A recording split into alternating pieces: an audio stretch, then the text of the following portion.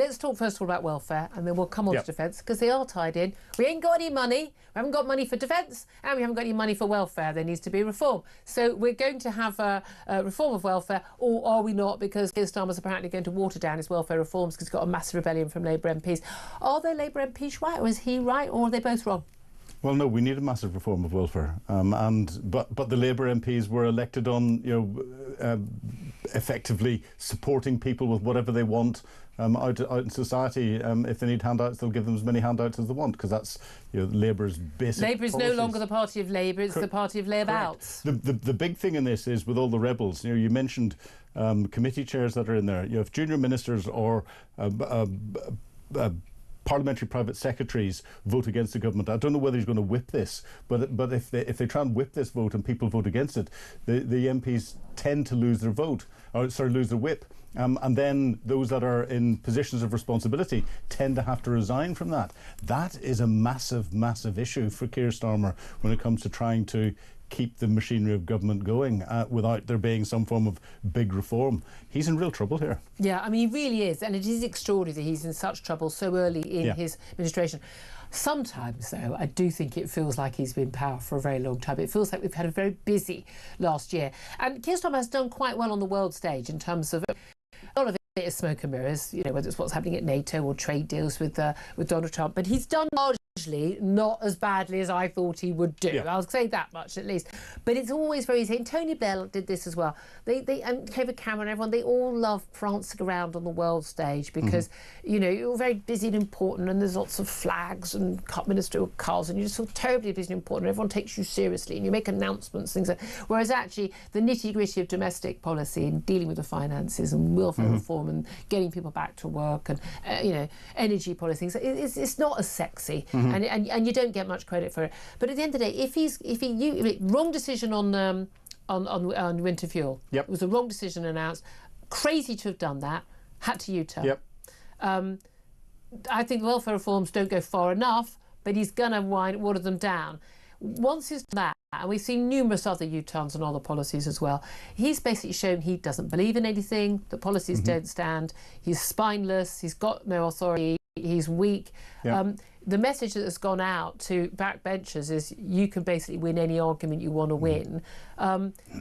He's lost his moral authority already. Yeah, well, and he's got no economic growth.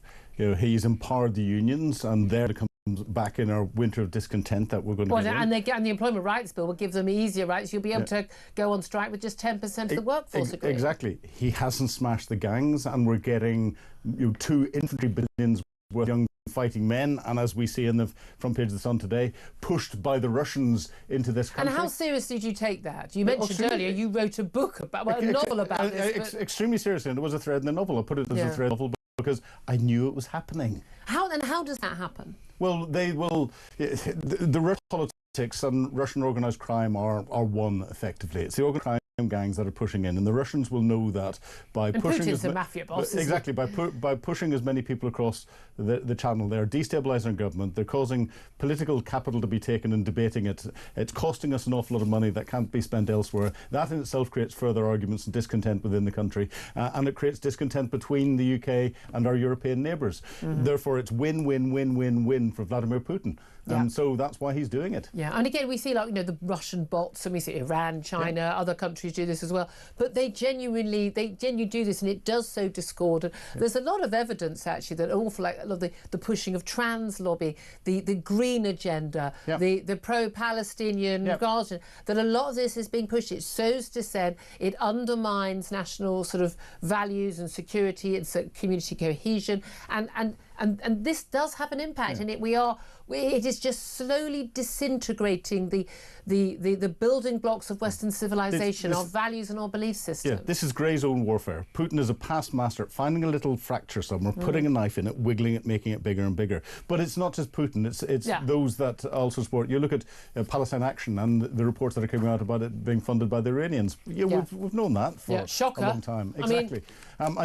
find it weren't the Iranians funding? Well, you find it elsewhere. You find some of the political parties within the British Isles, I'll put it that geographically, are will be being funded by less than cooperative countries in some of their actions, so that they can continue to cause disruption on these issues. Yeah, I mean, again, it all ties in. It's fascinating. You know what's been happening in terms of defence, welfare, all of this, and it all ties in. And as you say, the migrant crisis being fueled. Let's talk about Donald Trump, though. I mean, we've just had Donald Trump hitting his Daddy's Mark Rutte. Actually, look, come on, just for a laugh, let's play that clip again of Donald Trump being called Daddy by the Secretary General of NATO. They're not going to be fighting each other. They've had it. They've had a big fight, like two kids in a schoolyard. You know, they fight like hell. You can't stop them. Let them fight for about 2-3 minutes. Then it's easier to stop them. And then Daddy has to sometimes use strong language to get use strong. Every once in a while, you have to use a certain word. Now, they've been playing this up. There was a question at the press conference from Sky about this, and they tweeted, White House tweeted when Donald Trump arrived home, Daddy's home. You know, they're having some fun with it. It was an interesting point, though, Divine, that former Defence Secretary Liam Fox about how, I mean, and this is an issue in the media generally because of social media as well, and we fall victim to it as well. You know, there's something like this that is funny, and then we focus on that, and it is just like the trivialisation of political coverage. Good clickbait. It is good clickbait. However, come on, you know as well as I do on this show, we talk about the big serious stuff at great length. Sorry, you know, but it is interesting in terms of his role. It was just an analogy, but he talking about these two countries effing around, Israel and Iran. But there is an element where he is the daddy when it comes to military security. He's got the biggest military might in the world by a long, long way. And they showed that with their attack on those nuclear sites, and basically on behalf of the world, on behalf of Israel, on Iran. But also 50% of our military capability in NATO comes from America.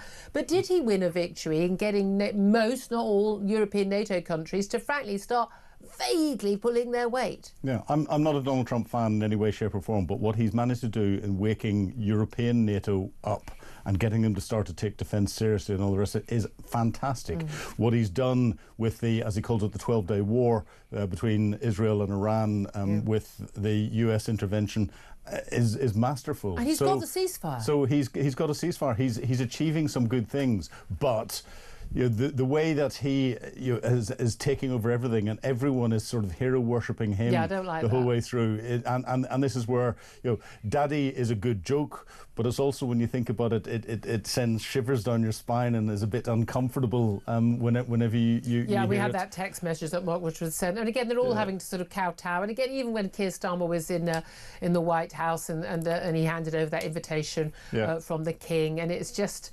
they're playing games with him to that extent, but it is, well, if that's what you have to do, I suppose they're just counting down to when he's out of office. That's what they're doing. They're going to literally go, okay, we've got 4 years of this, and then he's gone. But then why don't we just get some political backbone? I was going to use a different word, but let's get some political backbone. And if different nations stood up and went, actually, no, we're going to be the daddy as well. We're all equal daddies. Well, we're not. But we're not, because at the end of the day, we don't have the military capability, and then fundamentally, we still won't, even after the end of this 5% contribution, because again, part of that 5%, 5% is 1.5%. I mean, even the 3% is a bit dodgy, but 1.5% of it isn't on defence projects at all, or getting more soldiers on the ground, or any military capability. It's Heathrow Airport having a third runway. It's border security. But I mean, we're supposed to have border security anyway.